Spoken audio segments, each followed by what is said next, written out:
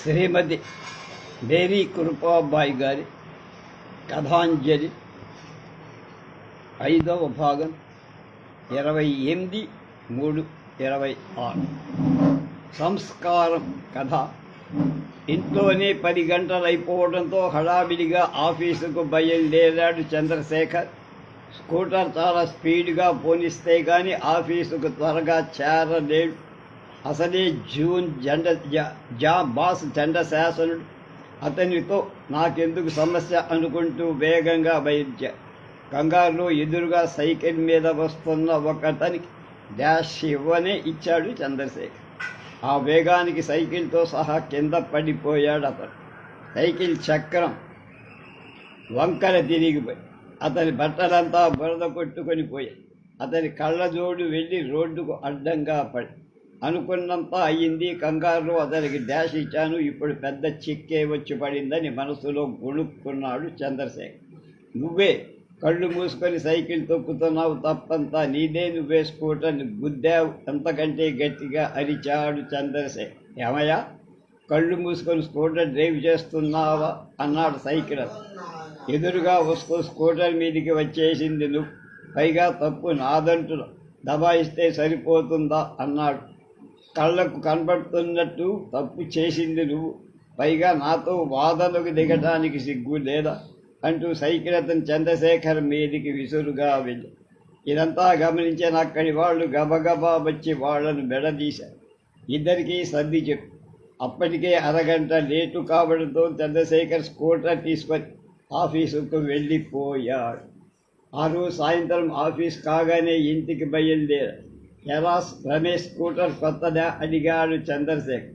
అవును, నెల రోజులైంది, కానీ కలర్ బాగుందా? బాగుందిరా, నేను కూడా ఇటే వస్తా పద. ఇంతలో రమేష్ ఎదురుగా వస్తున్న సైకిల్ అతనికి డాష్ ఇచ్చి వెంటనే సైకిల్ కింద పడి సైకిల్కి తగిలించిన కూరగాయలన్నీ చల్లాచెద. సైకిల్ వెనక పెట్టుకున్న పుస్తకాలన్నీ కింద పడి చిందర వందరే. రమేష్ ఒక్క ఉదుటను స్కూటర్ స్టాండ్ వేసి గబగబా వెళ్ళి పడిపోయినతన్ని పట్టి పైకి లేవదీసి, ఐఎమ్ సారీ, నేను సరిగా చూసుకోకుండా డ్రైవ్ చేశాను, దెబ్బలేమైనా తగిలాయా అన్నాడు కంగారుగా రమేష్. రమేష్ ఆందోళన గమనించి సైకిల్ అంతా కొంత శాంతి. వెంటనే రమేష్ చల్లా చెదరైన కూరగాయలన్నీ ఏది బ్యాగులో సైకిల్ లేవనెత్తి అతనికి అంది. చిందరవందరగా పడిపోయిన పుస్తకాలన్నీ తీసి సైకిల్ వెనక పెట్టి, క్షమించండి, మిమ్మల్ని ఇబ్బంది పెట్టారు, స్పీడ్గా రావటం వల్ల అలా జరిగింది, తప్పు నాదే అనునయంగా అన్నాడు రమేష్. మరేం పర్వాలేదు బాబు, పెద్ద దెబ్బలేం తగలే, అయినా చూసుకోలేదు, దానికి నువ్వేం చేస్తావు సమాధానంగా అంటూ వెళ్ళిపోయాడు సైకిల్ అతను. ఇదంతా గమనిస్తున్న చంద్రశేఖర్ నిశ్చేష్టుడై రమేష్లో ఉన్న సంస్కారం అతన్ని కలిసివేసి, పొరపాటు జరిగినప్పుడు సహృదయంతో ఒప్పుకుంటే పొద్దున తనకి అంత రాద్ధాంతం జరిగి ఉండేది కాదు కదా అనుకుంటూ రమేష్ మనస్సులో కృతజ్ఞతలు చెప్పు. బందరు కదంబం అనేటువంటి దానిలో 2005లో ఈ కథ ప్రచురితం. ఈ విలువ గొప్పది. శేఖర్ ఇలారా, కాఫీసుకు వెళుతున్న శేఖర్ని పిలిచాడు గోవిందరావు. ఏమి నాన్నారు అన్నాడు. ఒక నిమిషం ఇలా కూర్చో, నీతో ముఖ్య విషయాలు మాట్లాడు. తండ్రి ఏ విషయాలు మాట్లాడతాడు అర్థం కాక అక్కడే ఉన్న సోఫాలో కూర్చున్నాడు. శేఖర్ ఎదురుగా అతను కూర్చున్నాడు. గోవింద్, చూడు శేఖర్, రేపు మనం పెళ్లి చూపులకు వెళుతున్నాం. ఆ అమ్మాయి వాళ్ళు కోటీశ్వరుడు, ఆ అమ్మాయి చదువైతే చదువుకుంది కానీ ఉద్యోగం చెయ్యడం లేదు. అందువల్ల మనం వాళ్ళ నుండి కట్నం బాగా తీసుకోవాలి. కాబట్టి నువ్వు ఎప్పటి నుంచే అదే దృష్టిలో ఉండాలి. 10 లక్షలు క్యాష్ అడుగుదాం, మా తర్వాత మిగిలిన లాంఛనాలు. అలాగే అన్నారు. నేను మనసులో అలానే అనుకున్నాను. నేను పైకి చెప్పలేదు, మీరు పైకి చెప్పేశారు, అంతే కదా అన్న. వెరీ గుడ్, వెళ్ళిరా. మా అమ్మాయి డిగ్రీ వరకు చదివింది, ఉద్యోగం ఏమి లేదు, ఏం చెయ్యలేదు, ప్రస్తుతం ఖాళీ, పేరు లక్ష్మి అన్న. అమ్మాయి వైపే చూశాడు శేఖర్. పర్వాలేదు, మీరు బాగానే ఉన్నవాళ్ళు కాబట్టి కట్నం 10 లక్షల వరకు ఇస్తారనుకుంటున్నా అన్నాడు గోవిందరావు నవ్వుతూ. పెద్ద ఆఫీసర్ హోదాలో ఉన్నాను కాబట్టి కారు లేకపోతే ఎట్లా, అందువల్ల కారు కూడా కొలిస్తే బాగుంటుంది అన్నాడు చంద్రశేఖర్ నిర్మోగ మాట. అమ్మాయి తండ్రి విశ్వనాథన్ కూతురు వైపు చూశారు. లక్ష్మి తండ్రికి మనసు మాత్రమే అర్థమయ్యేట్టు ఏదో సైగ. అలాగే కానివ్వండి అన్నాడు ఆడపడుతు కట్నాలు కూడా చాలా ఘనంగా ఇస్తేవాడు. అలానే నీకు ఎలానూ కొత్త కట్టిగా బంగళా ఉంది కానీ అది కూడా మాకు రాసిస్తే మేము పెళ్ళయిన తర్వాత అందులోనే ఉంటాం. సరే, పెళ్ళి చాలా గ్రాండ్గా చెయ్యాలను తప్పకుండా. ఆ తర్వాత మిగిలిన విషయాలు కూడా చాలాసేపు మాట్లాడుకున్నారు. ఇరువైపుల వాళ్ళు ఆ విషయాలు కూడా కొంత ఆర్థిక భారం పడింది గోవిందరావు.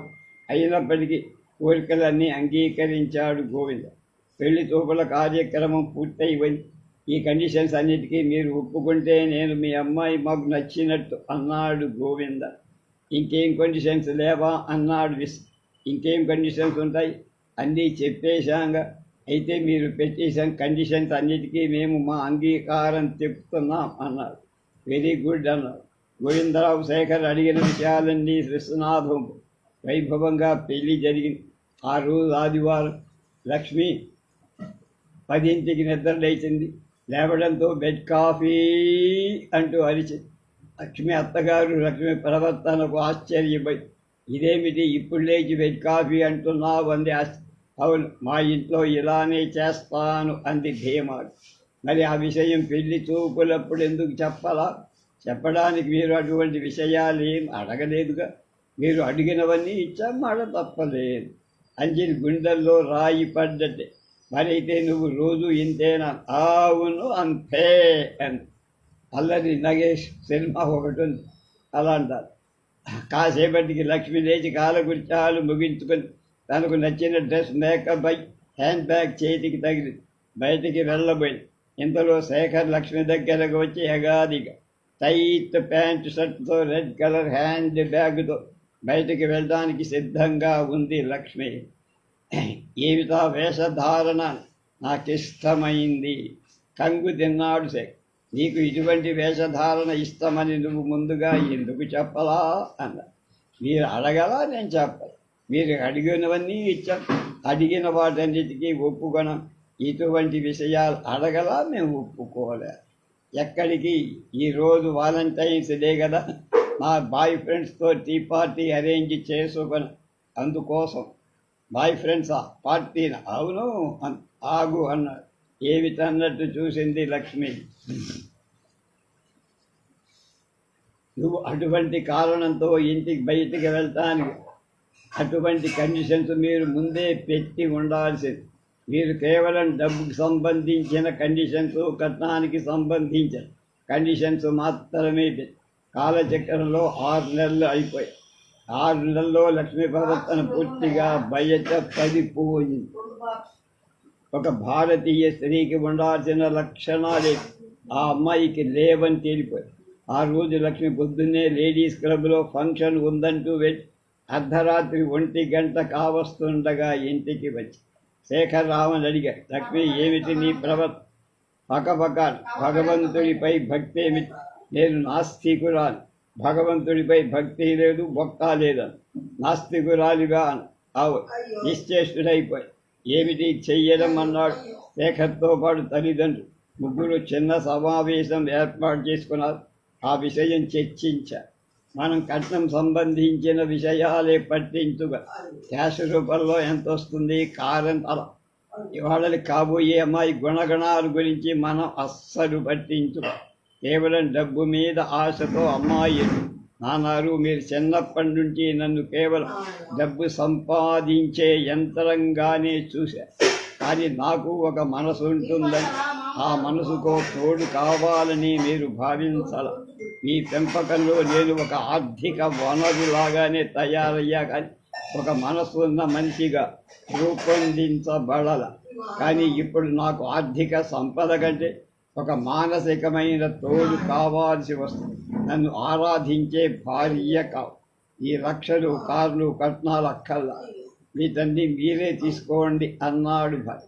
శేఖర్ మాటలోని సత్యాన్ని గ్రహించాడు తండ్రి. ఇప్పుడు ఏమిటి చెయ్యడం అంటూ తలపట్టు కూర్చున్నాడు. రాత్రి 12 అయింది. కాలింగ్ బెల్ కూతకు ఒక తల్లి ఎదురుగా ఏమిటి ఇప్పుడొచ్చారు అన్నాడు శేఖర్. క్లబ్లో పార్టీ ఇప్పుడే అయ్యింది. శేఖర్ కోపం తారాస్థాయి. అర్ధరాత్రి ఇంటికి చేరే నీలాంటి భార్య నాకక్కల్లా, నిన్ను లోపలికి రా. చాలా థ్యాంక్స్, నేను దీనికోసమే ఎదురు చూస్తున్నా అని పుట్టింటికి వెళ్ళిపోయాడు.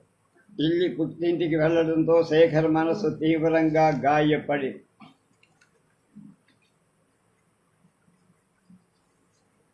మరుసటి రోజు గోవిందరావు శేఖర్ని పిలిచాడు. ఏమిటి నాన్న, బాబు లక్ష్మి పుట్టింటికి వెళ్ళిపోయింది, ఆమె కట్న కానుకలు మనకెందుకు, వాటిని మొత్తం ఆమె తండ్రులకు ఇచ్చేసిర్రా.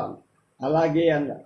మరుసటి రోజు శేఖర్ అత్తగారు ఇచ్చిన కారులో కట్నం డబ్బు మొత్తం ఒక బ్యాగ్లో వేసుకొని బయలుదేరి అత్తారింటికి. కారు హారం విన్న విశ్వనాథం కూడా లోపలి నుంచి, ఏమిటి బాబు, ఈ అమ్మాయి లక్ష్మి మీ ఇంటికి వచ్చేసింది, ఇక మీరిచ్చిన కట్న కానుకలపై మాకు ఆసక్తి కూడా లేదండి, ఇవిగో తీసుకోండి అన్న. మౌనంగా అందుకున్నాడు విశ్వ. ఇక ఉంటానండి అంటూ బాధపడుతాను మనస్సుతో వెనుదిరిగా గేటు దగ్గర వెళ్ళగానే లక్ష్మి ఆమెను చూసి ఒక్కసారిగా ఆశ్చర్యపోయారు.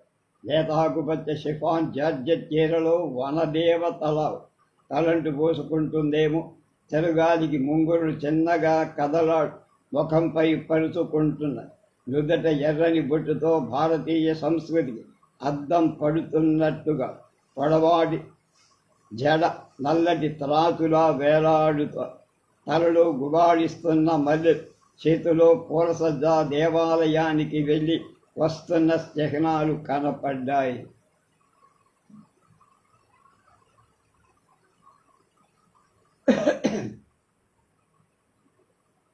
లక్ష్మి తన ఇంట్లో ఉన్నప్పుడు ఎప్పుడూ ఇలా ఉండలేదే. లక్ష్మి అతన్ని పట్టించుకోనట్టుగా తప్పించుకొని ఇంట్లోకి వెళ్ళిపోయి ఆమె వెనకే శేఖర్ కూడా అత్తారింట్లోకి వెళ్ళి విశ్వనాథం దగ్గరే ఉంది. ఆశ్చర్యంగా విశ్వనాథం వైపు చూశాడు. బాబు శేఖర్, లక్ష్మి చాలా సనాతన సంస్కృతి సంప్రదాయ మంచి భావాలతో ఉన్న అమ్మాయి, కానీ మీరు పెళ్లి చూపుల నాడు అంతగా కట్న కానుకలు అడగడంతో ఏం చెయ్యటానికి పాలుపోక మిమ్మల్ని మార్చడానికి చిన్న నాటకం మాడి మీ కుటుంబ సభ్యులందరినీ మార్చేసింది. లక్ష్మి ప్రవర్తనలో ఆర్థిక విలువ కంటే మానవతా విలువలు, అనురాగం, ప్రేమ గొప్పవని గ్రహించి నిజానికి లక్ష్మి చేసుకోదలచిన అమ్మాయి. కావలసిన గుణగణాల గురించి, అలవాట్ల గురించి, సంస్కృతి సాంప్రదాయాల గురించి పట్టించుకోకుండా కేవలం కట్న కానుకలు ఇస్తే చాలన్నట్టు మేమంతా ప్రవర్తించి ఇది చాలా తప్పు. అమ్మాయి వ్యక్తిత్వం కంటే గొప్పవేమీ ఉండవు అని గ్రహించారు. అందుకే మీ కట్న కానుకలు తిరిగి ఇచ్చేశారు. గుణవంతురాలైన నా లక్ష్మిని నాకివ్వండి. లక్ష్మిని నేను నీకివ్వడే, ఆమె ఎన్నటికీ నీ భార్యే అన్నాడు. చిన్నగా నవ్వింది లక్ష్మి. లక్ష్మి చిరునవ్వుతో శేఖర్ మనసు కోటి మీనలు మోగు. ధ్యానమాలిక జూన్ 2006లో ఈ కథ ఎంతో మహామహామహుడు. ఎన్నో గొప్ప కథలు రాశారు, కానీ లక్ష్మి మేరీ కృపాబాయి రాసిన కథలు సాధారణంగా ఉండి అద్భుతమైనటువంటి ఆంతర్యాన్ని ఆవిష్కరిస్తాయి. అందుకనే మొదటిసారి ఆ పుస్తకం నాకు ఇచ్చినప్పుడే ఈ పుస్తకం నేను లైవ్ చేస్తానని చెప్పలేదు. అప్పుడు ఇంకా లైవ్ కూడా నాకు తెలియదు. దాని మీద సమీక్ష రాస్తాను అన్నా కానీ నాకు ఎందుకో కుదరలా. తర్వాత నెట్టారో ఒకటి ఇక దీనిలో పడిపోయాయి. మొన్న ఆవిడ మేము కవి సమ్మేళనానికి ఆహ్వానించినప్పుడు ఉగాది ఈ 2 పుస్తకాలు తీసుకొచ్చింది. నేను దాన్ని లైవ్ అప్పుడే మన్నాడే 2 రోజుల తర్వాత 3 రోజుల తర్వాత దాన్ని మొదలు కనుక చక్కని కథా రచయిత్రి. ఎంతోమంది రాస్తారు, కానీ ఎంత చక్కగా పరిష్కారపూర్వకంగా కథలు రాసేవాడు చాలా అరుదు. నేటి తల్లిదండ్రులు మమ్మీ వంట పనిలో నిమగ్నమై ఉన్న రాజేశ్వరి కూతురు స్వప్న పిలుపుకి వెనుక తిరిగి చూసే. ఏమిటి స్వప్న అంది కూతురి వైపు చూసి. మమ్మీ నీకో విషయం చెప్పాలి అంది. చెప్పమ్మా, ఏమిటి సంగతి? ఆ విషయం నీకు చెప్పాలంటే నాకు భయంగా ఉంది. స్వప్న తలదించింది. అంటే చెప్పడానికి భయపడే పని నువ్వేం చేశావే? మమ్మీ, నేను ఒక వ్యక్తిని ప్రేమించి చాలా రోజులుగా నీతో ఆ విషయం ఎలా చెప్పాలో అని ఆలోచిస్తూ అతనితో ఏం వచ్చి నువ్వు నచ్చి ప్రేమించావు. అవును, నా మనస్సుకు నచ్చి నేను అతను నీ మనస్సుకు నచ్చితే చాలా, ఇక మిగిలిన విషయాలు ఏవి అక్కర్లేదా అని. మిగిలిన విషయాలు ఇంకేముంటాయి?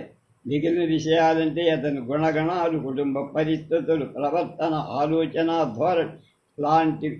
అతని గుణగణాలు, అతని ప్రవర్తన అంతా మంచిదే.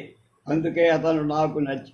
చూడు స్వప్న, నెల రోజులుగా సాయంకాలం 1 గంట సేపు నువ్వు అతనితో పార్కులో గడుపుతున్నావు. అంత మాత్రం చేత అతన్ని ప్రేమించడం, అతనిపై మనసు పారేసుకోవడం, అతను అన్ని విధాలా ఉత్తముడు అనుకోవడం తెలివి తక్కువతనం అంది రాజేశ్వరి. రాజేశ్వరి మాటలకు ఒక్కసారిగా షాక్ తిన్నది స్వప్న. తను రోజు పార్కులో కిరణ్ను కలుసుకోవడం తన తల్లికి ఎలా తెలిసింది? చాలా ఆశ్చర్యంగా ఉంది. ఈ విషయం నీకెలా తెలుసమ్మా? నిన్ను 20 ఏళ్లుగా పెంచుతున్నా నీ మాటలకు అర్థాలు, మౌనానికి భావాన్ని, నీ చర్యలకు కారణాలు, నీ ఉత్సాహంలోని ఆంతర్యాన్ని నేను గ్రహించలేంటే రోజు ఆలస్యంగా ఇంటికి ఎందుకు వస్తున్నావు కనిపెట్టా అంది. సరే మమ్మీ, నీకంతా అర్థమైపోయింది కదా. నేను కిరణ్ని ప్రేమిస్తున్నా, అతన్నే. అందుకు మేము నీకు అంగీకరించకపోయినా నేను అతన్ని పిల్లాడు. అవసరమై ఇంట్లోంచి పారిపోయి అయిన స్వప్న నిర్ణయం విని రాజేశ్వరి ఒక్కసారి షాక్ తిన్నది. తన కూతురు కూడా ఆ కాలం ఆడపిల్లలానే ఆలోచిస్తుంది. కేవలం తాత్కాలిక ఆకర్షణకు లోతుగా ఆలోచించకుండా, కిరణ్ గురించి వివరాలు సేకరించకుండా వేగిరపాటు నిర్ణయం ఆమె నిర్ణయాన్ని మార్చుకునేలా చేయాల్సిన బాధ్యత తల్లిగా తనపై అనుకుంది రాజేశ్వరి శాంత. స్వప్న, అయితే ఒక పంచై అంది రాజేశ్వరి శాంత. ఏమిటి చెప్పు మమ్మీ అంది స్వప్న తల్లి. చెప్పబోయే పని ఏమిటో ఆలోచి. నువ్వు ఇప్పుడే వెళ్ళి ఆ కిరణ్ని తీసుకురా. ఇప్పుడు కుదరదు మమ్మీ, ఊరెళ్ళాడు. వారం తర్వాత నెల రోజులుగా నీ ప్రవర్తన కారణం నేను కనిపెట్టి అదే విషయాన్ని మీ డాడీ ముందు ఉంచా. స్వప్న తండ్రిగా ఆయన కర్తవ్యం ఆయన నిర్వహించి, ఆయన బాధ్యతను ఆయన చేపట్టి విషయమంతా 3 రోజుల్లో తెలుసుకోగలిగాడు. ఇంతలో ఆఫీసు నుండి స్వప్న తండ్రి విశ్వనాథ్ వచ్చాడు. ఏమిటి? నువ్వు కిరణ్ని రోజు పార్కులో కలుసుకుంటున్న విషయం మీ డాడీకి చెప్పగానే మీ డాడీ ఆ కిరణ్ గురించి ఎంక్వైరీ చేశారు. అతను ఎప్పుడు బార్ల చుట్టూ తిరుగుతూ పూర్తిగా తాగుడుకు బానిస అయినట్టు, కేవలం డబ్బుకు ప్రాధాన్యం ఇస్తూ కట్నం ఇచ్చే అమ్మాయితో వివాహం ఒప్పుకున్నట్టు తెలిసింది. మరో 2 రోజుల్లో అతని పెళ్లి జరగబోతున్నట్టు తెలిసింది. మీ డాడీ నాకు ఈ విషయమంతా సేకరించి చెప్పారు. స్వప్న నమ్మలేనట్టుగా తండ్రి వైపు చూసి విశ్వనాథ్ తన జేబులోని వెడ్డింగ్ కార్డు తీసి స్వప్న చేతికి. స్వప్న ఆశ్చర్యంగా స్వప్న ఆ వెడ్డింగ్ కార్డుకి అతను పచ్చి మోసగా ఎల్లుండి అతని పెళ్లి కష్టపడి వెడ్డింగ్ కార్డు కూడా సేకరించగా విశ్వనాథ్ మాటకు స్వప్న కళ్ళు చెమర్చి, మమ్మీ మీరు నాకు జన్మ ఇవ్వడమే కాక జీవితం నరకంలో పడకుండా కాపాడారు. లేకపోతే ఆ కిరణ్ పెళ్లి చేసుకుని వారం రోజుల తర్వాత నా దగ్గరకు వచ్చి నన్ను కూడా మోసం చేసి ఆ ప్రమాదం నుండి నన్ను తప్పించారు. మీరు నేటి తల్లిదండ్రులు అంది స్వప్న చెమర్చిన కళ్ళ. ఆంధ్రభూమి వారపత్రిక ఆగస్టు 2006. ఆచార్య దేవో భవ.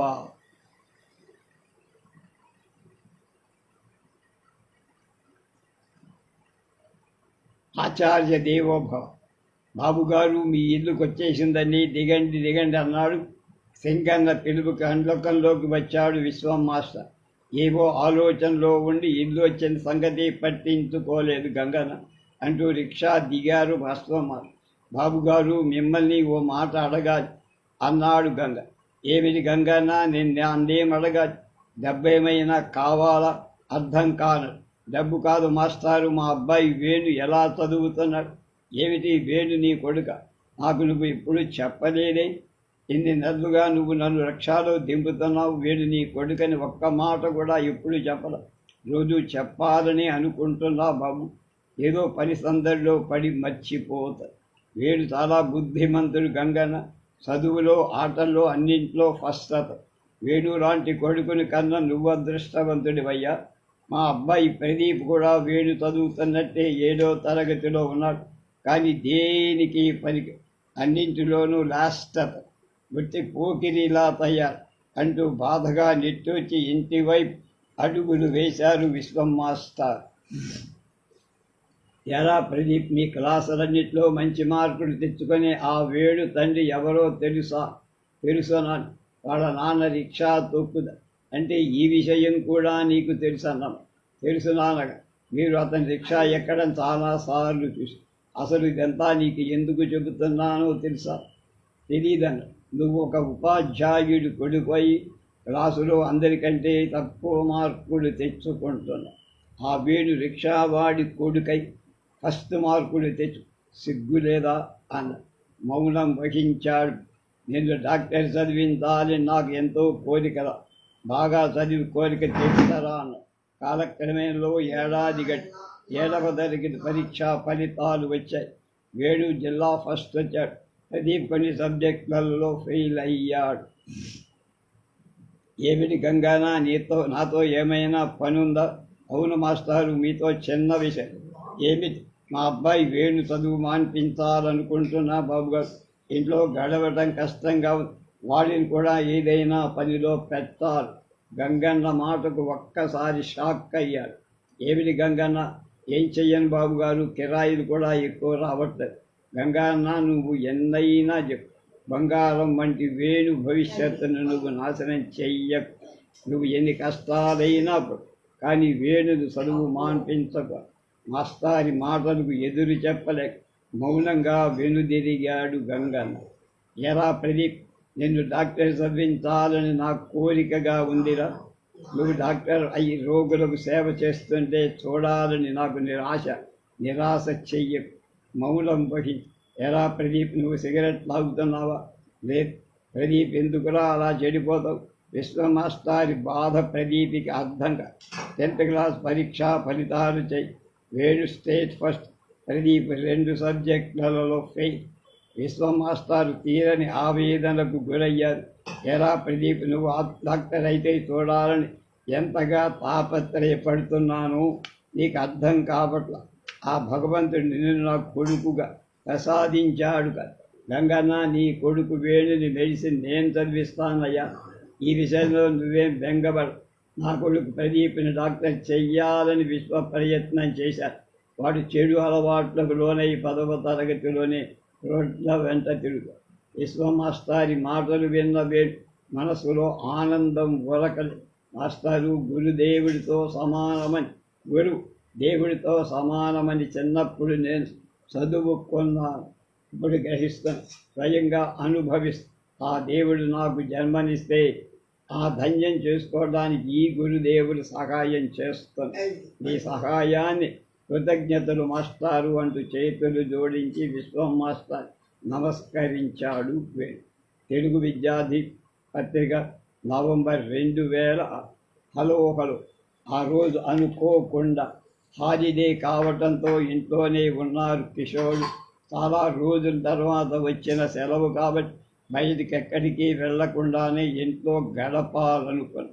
భార్య లక్ష్మి కూడా పనంతా ముగించుకొని స్నానానికి వెళ్ళి ఇంతలో ఫోన్ రింగ్ అయిన శబ్దాన్ని ఫోన్ దగ్గరికి వెళ్ళాడు.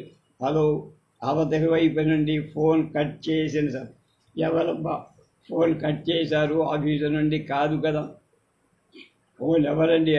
ఎవరో కట్ చేసేశారు. ఆఫీసు నుండి పిలుపు ఏమైనా వస్తుందేమో అని భయం. ఇంతలో ఫోన్ మళ్ళీ రింగ్ అయ్యి, హలో లక్ష్మి, నేను. మీరెవరు? రాంగ్ నెంబర్ అంటూ పెట్టేసింది లక్ష్మి. ఎవరు కావాలట? లక్ష్మి అనే అంటున్నారు. మనకు తెలిసిన వాళ్ళు ఎవరు కాదు, అందుకనే రాంగ్ నెంబర్ అన్నారు. ఇంతలో మళ్ళీ ఫోన్ బాగు. ఈసారి నేను తీస్తానంటూ కిషోర్ వెళ్ళి ఫీవర్ హలో అనకుండానే అటువైపు నుంచి మగ గొంతు మాట్లాడు వినపడుతున్నాయి. లక్ష్మి, నేను ఈరోజు రావట్లేదు, కారణం ఈసారి కలిసిన చెబుతాలే అంటూ ఫోన్ పెట్టేశా. ఎవరండి మళ్ళీ చేశారని. లక్ష్మి, ఎవరో తెలియటే ఫోన్ డిస్టర్బెన్స్గా ఉంది, క్లియర్గా లేదు. కట్ చేసేశారు. అబద్ధం చెప్పాడు కానీ అతని మనస్సులో ఏదో అనుమానం కలిచివేస్తూ ఫోన్ చేసింది ఎవరై ఉంటారు? అనుమానం లేదు, ఖచ్చితంగా లక్ష్మికే ఫోన్లో నిలబడిన మాటను బట్టి లక్ష్మికి మరెవరితో అయినా సంబంధం ఉందా? అది తన ఆఫీసులో ఉంటే టైం కూడా ఏమిటండి ఆలోచన? ఏం లేదు, ఆఫీస్ పెండింగ్ ఫైల్స్ గురించారు. సెలవు రోజు కూడా మీకు ఆఫీస్ జాసేనా? 4 రోజులు గడిచాయి. ఆ రోజు లక్ష్మికి ఫోన్ వచ్చిన దగ్గర కిషోర్ మనస్సులో రకరకాల ఆలోచనలతో పరిపరి విధాల పోతున్న మనస్సు అంత అస్తవ్యస్తంగా అనిపిస్తోంది కిషోర్. దేని మీద ఏకాగ్రత లేదు. దాదాపు 1 రోజుల నుంచి లక్ష్మితో ఫ్రీగా ఉండలేకపోతాను. తనకు తెలిసినంతవరకు లక్ష్మి మంచిదే, ఆమె మనస్తత్వం కూడా స్వచ్ఛమైన. ఏమిటిలా 1 రోజులు కాస్త 5 నెలలై ఫోన్ కాల్ కారణంగా లక్ష్మిని తప్పించుకు తిరుగుతాను. ఇంతలో మళ్ళా ఫోన్. Hello, receiver. కిషోర్ ఉన్నాడా? అటువైపు నుంచి ఎవరు మీరు? కిషోర్నే మాట్లాడు. హాయ్ కిషోర్, నువ్వేనా? 1000 స్వరాల మధ్యనున్నా నీ స్వరం గుర్తుపట్టగా ఈరోజు గుర్తుపట్టలేకపోయాడు. నీకు గుడ్ న్యూస్, మన ప్రేమ విషయం మా ఇంట్లో చెప్పేశాను. సాయంకాలం పార్కుకిరా, అన్ని విషయాలు చెప్తానని చెప్పుకుపోదు. ఎవరండి మాట్లాడేది? రాంగ్ నెంబర్ అనుకుంటా. అమ్మ దొంగ, అలా అంటే ఫోన్ కట్టేస్తాననుకున్నావా? ఫోన్ పెట్టనుగాక, అన్ని విషయాలు ఇప్పుడే చెప్పారు. సాయంకాలం వరకు ఆగలేనట్టు చెప్పుకుపోతోంది అవతలిక. తక్కువ ఫోన్ పెట్టేశాడు కిషోర్. ఎవరో రాంగ్ నెంబర్ అనుకుంటా నా ప్రాణం తీసేది. నా మాట కూడా వినకుండా చెప్పేసి ఇటువంటి ఫోన్ లక్ష్మి రిసీవ్ చేసుకుంటే కొంప కుల్లే. అయితే 2 నెలల క్రితం వచ్చిన ఫోన్ కాల్ ఇటువంటిదే అయ్యి ఉంటుంది. ఏమిటి లక్ష్మి, పేరంటానికి వెళ్ళి ఇంతసేపు నువ్వు లేకుండా ఇంతసేపు ఎలా ఉంటాననుకున్నా అంటున్న కిషోర్ వైపు ఆశ్చర్యంగా చూసింది. ఆంధ్రభూమి వారపత్రిక, డిసెంబర్ 2006. అందం విలువ. కరుణాకర్, ఏమిట్రా నిన్న చూసిన అమ్మాయి కూడా నీకు నచ్చలేదా? అవును. ఎందుకని? ఆ అమ్మాయి అందంగా లేదా? అందం అంటే నీ దృష్టిలో ఇంకా ఎలా ఉండాలి? ఉంటే తెల్లగా ఉండాలి, సన్నగా, పొడుగ్గా, నాజుగ్గా, మోడ్రన్. నువ్వు చెప్పిన లక్షణాలన్నీ ఉన్న ఆ అమ్మాయి నీకు ఎప్పటికీ దొరుకుతుందో? విశ్వనాథం కలెక్టర్ ఆఫీసులో గుమాస్తా ఉద్యోగం కూడా వచ్చింది కరుణాకర్కి. కరుణాకర్, ఈ ఫోటోలో అమ్మాయి చూడు ఎంత బాగుందో అని. ఎలా, ఈ ఫోటోలో అమ్మాయి నచ్చిందా? నచ్చలేదమ్మా. ఆ అమ్మాయి ఏం బాగుంది? పొడవా అంటే జడ లేదా? అదేమిట్రా, అమ్మాయికి పెద్ద జడ లేకపోతే మాత్రం ఏమైందదా? లేదమ్మా, నాకు నచ్చలా. కాలక్రమంలో మరో ఏడాది విశ్వనాథం కరుణాకరం కోసం ఎన్నో సంబంధాలు. వాటిలో ఏవి కరుణాకరానికి. ఆ రోజు కరుణాకరం కాలేజీకి బయలుబోరుతుండగా తల్లి పార్వతి పెళ్లి విషయం నిలదీశాడు.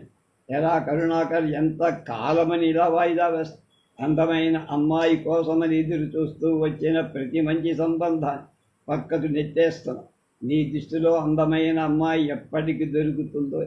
అందమైన అమ్మాయి దొరికే వరకు నేను పెళ్లి చేసుకోనమ్మా.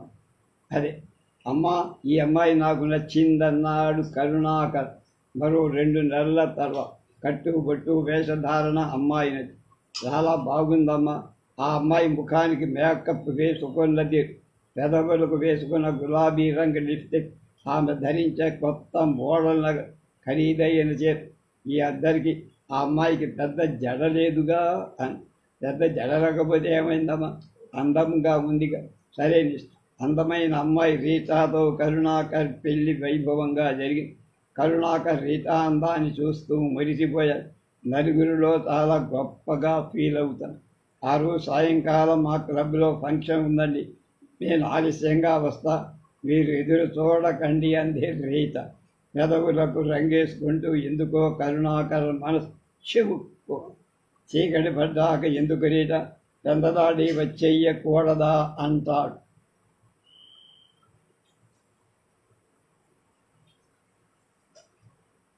రీత చివ్వులది. ఏమిటి? చీకటి గుడి వస్తే మీకు వచ్చే నష్టమే. అటువంటి డిస్ట్రిక్షన్స్ నాకు నచ్చవు. మరో 2 గంటలు. ఒకరోజు రీతాకి ఎక్కడి నుంచో ఫోన్. రీతా ఫోన్లో అరగంటకు పైన ఎక్కడి నుండి? నా బాయ్ ఫ్రెండ్ దగ్గర నుండి. ఈరోజు మేఘనా ఫంక్షన్ హాల్లో గ్రాండ్ పార్టీ. ఎలా ఇప్పటికైనా అర్థమైందా? అందం యొక్క విలువ ఎంతో నీకు ఇప్పటికి తెలిసొచ్చిందా? భార్యకు ఒక అందం ఉంటే చాలు. శీల సంపద లేని స్త్రీ అందం ఎబ్బెట్టుగా కనిపిస్తుంది. మంచి ప్రవర్తన కలిగిన స్త్రీకి శారీరకమైన అందం లేకపోయినా అందంగానే కనిపిస్తుంది. మంచి నడవడిక వల్ల వచ్చిన అందమే శాశ్వతం. శీల సంపద లేని అందం తాత్కాలికం, దానికి విలువ ఉండదు. ఈ సత్యాన్ని గతంలో నీకు ఎన్నోసార్లు చెప్పా, కానీ నువ్వు పట్టించుకోలే.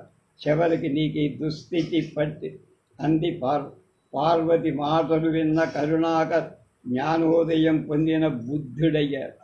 అవునమ్మా, నువ్వు చెప్పిన మాటలు అక్షర సత్యం. అందానికి విలువ ఉంటుందని భావించి గుణగణాలకే అంతగా ప్రాధాన్యం ఇవ్వరు. ఈ సత్యాన్ని చాలా ఆలస్యంగా తెలుసుకున్నారు అంటూ దుఃఖాన్ని మనస్సులోనే పడ్డారు. అమ్మ మాసపత్రిక జనవరి 2007. తెలుగులో ఫస్ట్ క్లాస్ చదువుతున్న ప్రియా వెక్కి ఏడుస్తారు. తన వెక్కిళ్ళు సవ్వడికి కిచెన్లో ఉన్న తల్లి మధుమతికి వినబడకుండా జాగ్రత్తపడు. అయినా ప్రియ మనోవేదన ఇంకా ఉద్ధృతం అవుతుంది. రోజు ఆ టైంలో తల్లి పెట్టిన స్నాక్స్ తింటూ హోంవర్క్ చేసేది. కానీ ఆ రోజు స్కూల్లో జరిగిన సంఘటన కారణంగా ఇంపోజిషన్ రాయాల్సి వచ్చింది. ఇంగ్లీష్ తప్ప తెలుగు మాట్లాడకూడదని ఆ కాన్వెంట్ ప్రియ పొరపాటున స్నేహితురాలతో తెలుగులో మాట్లాడి, ఆ కారణంగా టీచర్ ప్రియను గట్టిగా కేకలేయడం జరిగింది. దానికి ఆ హృదయం గాయపడి ప్రియకు ఇంపోజిషన్ రాయమని పనిష్మెంట్ కూడా. దానికి ప్రియ వేదనకు అంతు లేకుండా, నేను తెలుగులో మాట్లాడను అని 100 సార్లు ఇంపోజిషన్ రాసి తీసుకురా. టీచర్ పనిష్మెంట్ గుర్తుకొచ్చింది ప్రియ. నేను తెలుగులో మాట్లాడను అని 10 సార్లు రాసి క్లాసులో టీచర్ కేకలు వేసిన విషయం మళ్ళా జ్ఞాపకం. ప్రియా ఏమిటమ్మా ఏం రాస్తాం? ప్రియ రాస్తాను. ఇంపోజిషన్ చూసి ఆశ్చర్యం. ఏమిటే ప్రియ, స్కూల్లో ఏం జరిగింది? నేను తెలుగులో మాట్లాడాను మమ్మీ, అందుకే అలా ఇంపోజిషన్ రాయమన్నారు అంది. ఏమిటో ఇప్పటి నుంచే చిన్న పిల్లలకు ఎన్ని బాధలు అనుకుంటూ నెట్టొచ్చింది తల్లి. ఆ రోజు ప్రియ విపరీతంగా జ్వరం, నిద్రలో ఒకటే కలవ. నేను తెలుగులో మాట్లాడు కలవరిస్తా. ప్రియ తల్లిదండ్రులిద్దరూ ఒకటే కంగారు. కాన్వెంట్లో మరీ అంత స్ట్రిక్ట్గా ఉంటే ఎలా? ఇది యథార్థ సంఘటన. చిన్న పిల్లలు బాధపడుతూ ఉన్నారు. మరుసటి రోజు క్లాస్ టీచర్ దగ్గరికి జరిగిన విషయం చెప్పాడు తండ్రి. టీచర్ విషయం పెద్దగా పట్టించుకోవాలి. ఇంగ్లీష్ మాట్లాడటం పిల్లలకు బాగా అలవాటు చేయటం కోసం తెలుగు మాట్లాడడానికి మేము ఒప్పుకోవట్లేదు. ఏదేమిటి మేడం, ఇంగ్లీష్ని ఇంప్రూవ్ చేయడం కోసం తెలుగుని పూర్తిగా నాశనం చేస్తారా? అయినప్పటికీ టీచర్ దగ్గర సరైన సమాధానం రాదు. వారం రోజుల తర్వాత ఒకరోజు స్కూల్ నుంచి ఏడుతో వచ్చి రావడంతో బెడ్ పై వాలి మధుమతి కంగారు పడుతూ వెళ్ళింది. ప్రియ ఒళ్ళంతా చెమట. ప్రియా ఏమైంది? ఉదయం నుంచి నాకు గుండెల్లో నొప్పిగా ఉందమ్మా, చాలా బాధగా ఉంది. ఉదయం నుండి నొప్పిగా ఉంటే క్లాసులో టీచర్తో చెప్పలేదా? అలా అని టీచర్తో ఇంగ్లీష్లో చెప్పడం నాకు రాదమ్మా, తెలుగులో చెబితే మళ్ళా ఇంపోజిషన్ రాయమంట. మధుమతిలో ఆందోళన, కంగారు ఎక్కువ. వెంటనే ప్రియ డాక్టర్ దగ్గరికి తీసుకువెళ్ళాలి అనుకుంటూ డాక్టర్ దగ్గర వెళ్ళడానికి రెడీ అవుతోంది మధుమతి. ప్రియ ఇంకా నీరసపోయిపోయి చెప్పడం ఏమిటి ప్రియా, నా గుండెల్లో ఎందుకు టీచర్తో చెప్పడం? ప్రియకి ఏమైంది డాక్టర్? ప్రియ పరిస్థితి ఏం బాగాలేదు. ప్రియకు హార్టులో రంధ్రం. ఆమె ఆరోగ్య పరిస్థితి పూర్తిగా విషమించి మీరు ప్రియను ఆలస్యంగా హాస్పిటల్కి దిగి రావడం పరిస్థితి ఇది కలిగింది. డాక్టర్ మాటలకు బోరు మంది. ఇంతలో అరుణ్ వచ్చి, ఏమిటి డాక్టర్, మా ప్రియకి ఏమైందా? ఆలస్యంగా తీసుకు రావటం వల్లే గుండెల్లో నొప్పిగా ఉంటే విషయం టీచర్కి ఇంగ్లీష్లో చెప్పడం చేతగా ప్రియ ఉదయం నుంచి అలానే స్కూల్లో ఉండిపోయిందట. అందుకే నా ప్రియకి ఇప్పుడు ఈ విషయం అది మెదడు ముద్దుబారిపోయి ఏం చెయ్యాలో పాలుపో 2 క్షణాలు ఎటో చూస్తూ నిలబడి వెంటనే తేరుకొని అంబులెన్స్ రెడీ చేసి హైదరాబాద్ బయలుదేరారు. మనసు పెట్టి మాతృభాషలో తన బాధ చెప్పుకోలేకపోవడం వల్లనే ప్రియ ఈ దుర్భర పరిస్థితి భూమిన విలపిస్తూ అన్నది. మరి కాసేపటి ప్రియ కళ్ళు శాశ్వతంగా మూతపడిపో మధుమతి అనుల పెద్ద పెట్టున రోధించారు.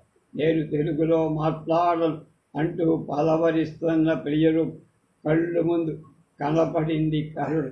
మమ్మీ గుండెల్లో నొప్పిగా ఉందని చెప్పడాన్ని ఇంగ్లీష్లో ఏమంటారు అంటూ ప్రియలు కళ్ళ ముందు కదలాడింది మధుమతి. కథా కేజీ మాసపత్రిక 2007. అందుకనే మా సరసవాటి స్లోగన్ తెలుగులో మాట్లాడటం మన జన్మ హక్కు. అది దాని వ్యర్థం మేము ఎప్పుడు.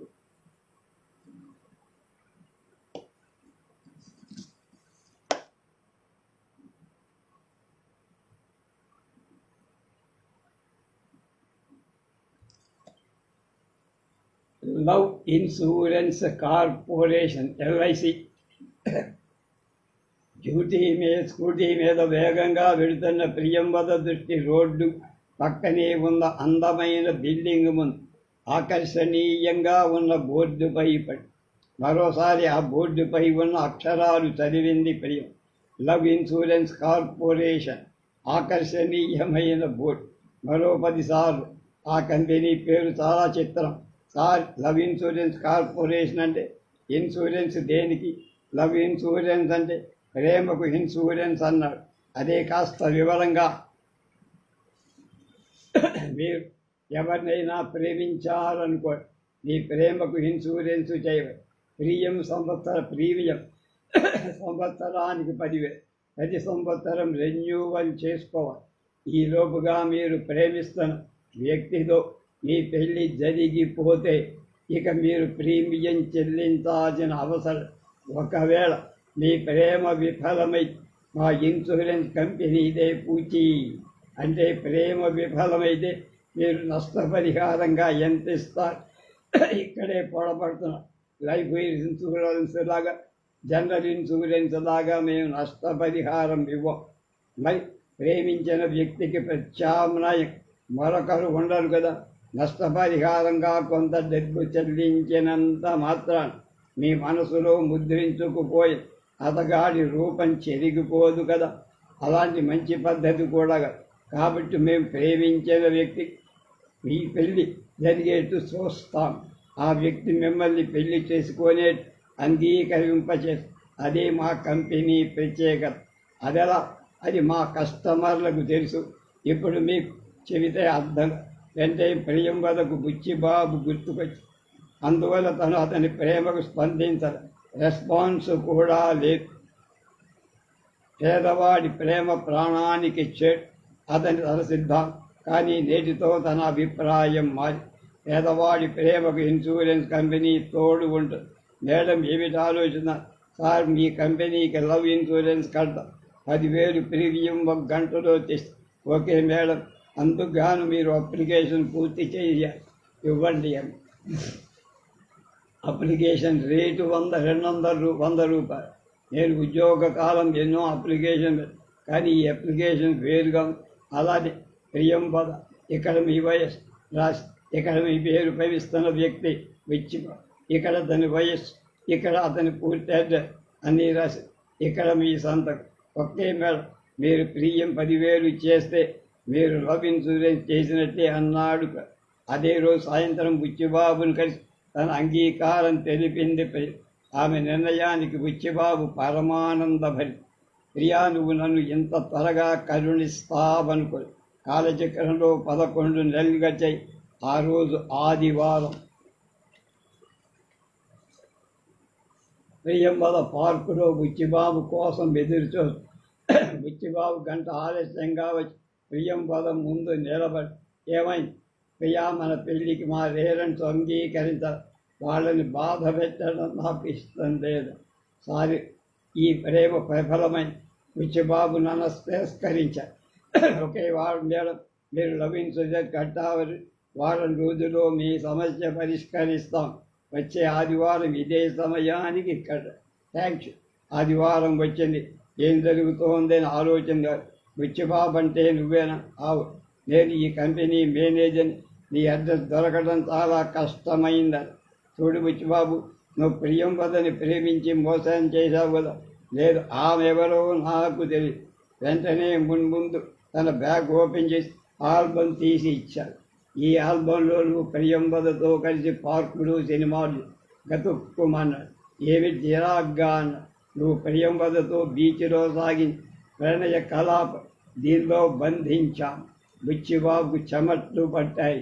దయా, నిన్ను మనస్ఫూర్తిగా ప్రేమిస్తూ నిన్ను తప్పకుండా పెళ్లి చేసుకుంటా అన్న బుచ్చిబాబు మాట ఆ టేప్ రికార్డులో రికార్డ్ అయ్యి భయంతో వణికిపోయాడు. చూడు బాబు, బుచ్చిబాబు, నువ్వు ప్రియంవదను పెళ్లి చేసుకోవడానికి అంగీకరించకపోతే నీ సాక్ష్యాలను కోర్టులో ప్రవేశపెట్టి నీ భరతం పడతా. ఇంటింటికి వెళ్ళి నీ నిర్వాహకం బట్ట బయలు చేస్తా. నీ పరువు బస్టాండ్ అయిపో. మా ఇన్సూరెన్స్ కంపెనీ తడాకా చూపిస్తా. ఖబర్దార్. సారీ సార్, నన్ను క్షమించండి. నేను ప్రియంవదను పెళ్లి చేసుకున్నా. మీరు నాపై ఎలాంటి చర్య తీసుకోకండి ప్లీజ్ అని కాళ్ళ వేళ పడ్డా. ప్రియంవద ఆనందం ఆకాశాన్నంటింది. ఆంధ్రభూమి మాసపత్రిక 2007. రేపు పెళ్లి కొడుకుల మేళ.